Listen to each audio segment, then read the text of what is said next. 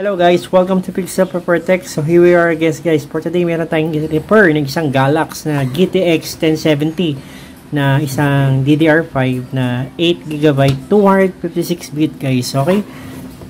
So nag-display naman to guys. Pero ang problem is meron siyang glitches. Okay, meron artifacts. So try natin i-check guys. Tara, samahan niyo ako. Let's go! Okay guys, try natin i-check itong ating GTX 1660. So, complain ng customer, meron daw itong glitches. Then, try natin i-check sa Linux guys, okay? Power on. Oh, wow, may ilaw-ilaw pa. Guys.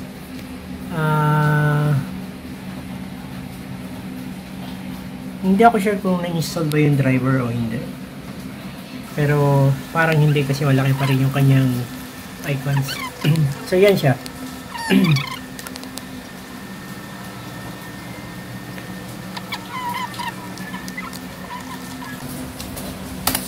Okay. So, as you can see guys, meron tayong problem na 4 na memory bank. Okay? Meron tayong problem dito sa C0, C1, D0 at D1. Okay? So,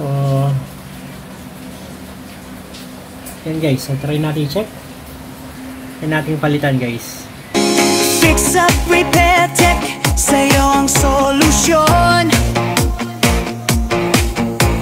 Graphic card, desktop, laptop, lahat ng may problema. We're the best. No fix, no pay policy, wala nang stress. Fix up, repair, tech, we'll get it right.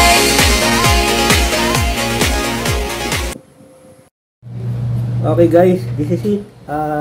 The moment of truth after natin palitan yung 4 na memory bank. 4 na chip yun no? So try natin i-check kung code 43 pa siya guys. Yun, kakatapos lang niya mag-loading. Control panel. Mukhang may driver na siya yun. Ayan guys, mukhang may driver na siya kasi maliit na yung icons niya. Ito na. Wala nang apostrophe ni kulay yellow, di ba? So right click. Okay. Okay, this device is working properly. Wow. So that's it guys. Nawala nang code 43. No more code 43. Okay.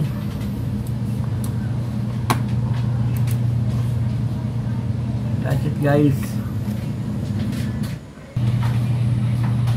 Okay, sa Tech Power Up guys, NVIDIA GeForce GTX 1070,